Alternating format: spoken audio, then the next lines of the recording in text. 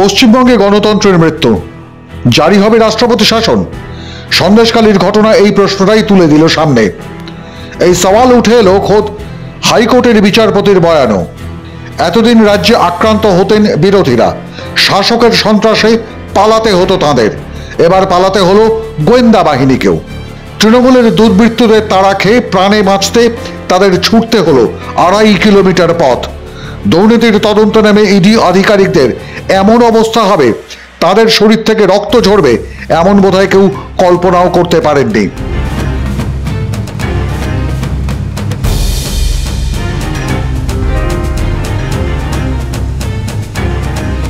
কিন্তু মুখ্যমন্ত্রীর বার্তা পেয়ে সেটাই বুঝিয়ে দেওয়ার চেষ্টা করলো শাসকের গুন্ডা বাহিনী। একেবারে মহিলাদের সামনে রেখে চলল অপারেশন। মাথা ফাটল ইডি আধিকারিকদের, ভাঙচুর করা হলো তাদের গাড়ি, নিষ্কৃতি পেল না সংবাদ মাধ্যমও।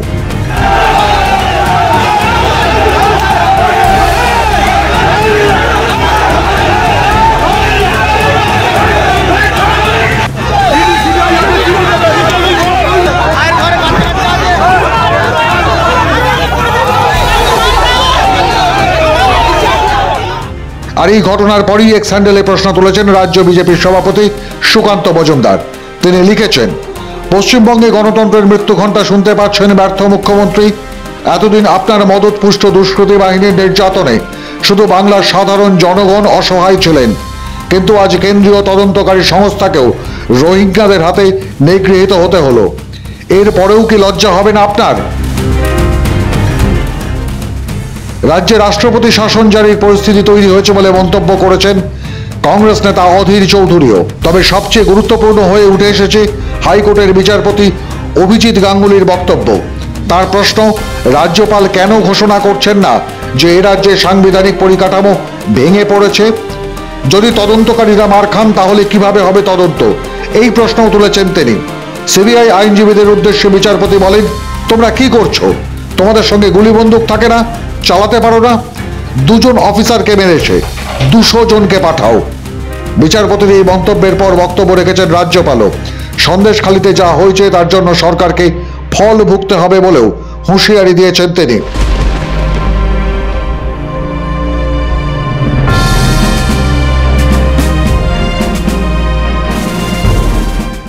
The ghastly incident reported from Sandeshkhali in North 24 Parganas district is alarming, is deplorable, to say the least. It is the bounden duty of a civilized government to stop barbarism and vandalism in a democracy. If government fails in its basic duty, then the Constitution of India will definitely take its course.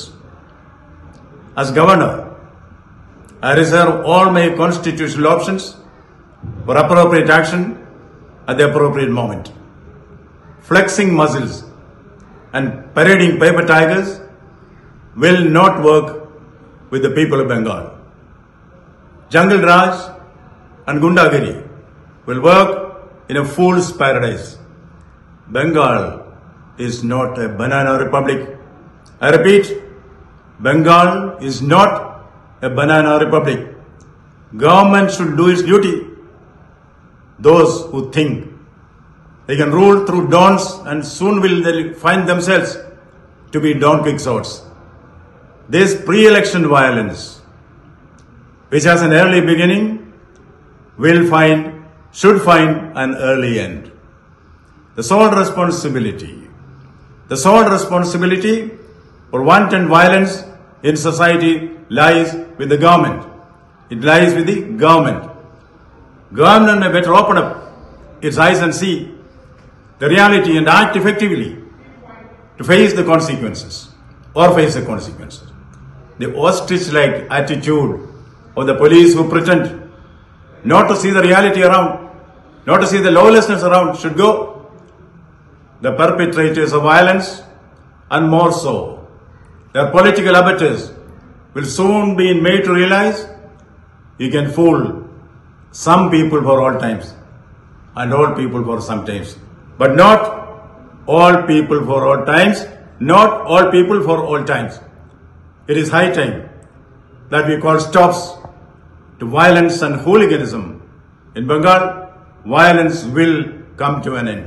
আমরা এটা ছাড়ব না এবং আপনাদের মাধ্যমে আমরা আশ্বস্ত করতে চাই আজকে হয়তো কয়েক হাজার গুন্ডা মাফিয়া দিয়ে রোহিঙ্গাদের দিয়ে অপ্রস্তুত থাকায় নিরীহ ইডির আধিকারিকদেরকে আক্রমণ করেছে, কিন্তু এই শাহজাহানরা পৃথিবীর যেখানেই লুকিয়ে থাকুক না কেন তাদেরকে খুঁজে বের করে উপযুক্ত শাস্তি দেওয়ার কাজ নরেন্দ্র মোদীজির নেতৃত্বাধীন সরকার করবে।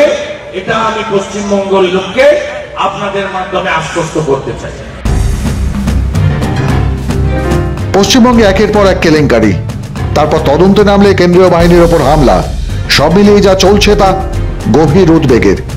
এই উদ্বেগ প্রকাশ করে মুখ্য সচিব স্বরাষ্ট্র সচিবকে ডেকে পাঠান রাজ্যের রাজ্যপাল। তলব করা হয় রাজ্য পুলিশের ডিজিকেও। জানা গেছে সন্দেশখালিতে যখন এই হামলা হয় তখন বেশ কয়েক ঘন্টা পর ঘটনাস্থলে হাজির হয় পুলিশ। পুরো ঘটনায় ধিক্কার না জানিয়ে উল্টে কেন্দ্রীয় বাহিনীর দিকে আঙুল তুলতে থাকেন তৃণমূল কংগ্রেসের ছোট বড় নেতারা। কার্যত পাশে দাঁড়ান দুর্বৃত্তদের। ফলে এটা স্পষ্ট হয়ে উঠছে যে শাসকের অঙ্গুলি হেলনেই এই নৈরাজ্য নেমে এসেছে রাজ্যে। এখন এই নৈরাজ্যের মোকাবিলা হবে কোন পথে, সেটাই লাখ টাকার প্রশ্ন। মাধ্যম ব্যুরো রিপোর্ট।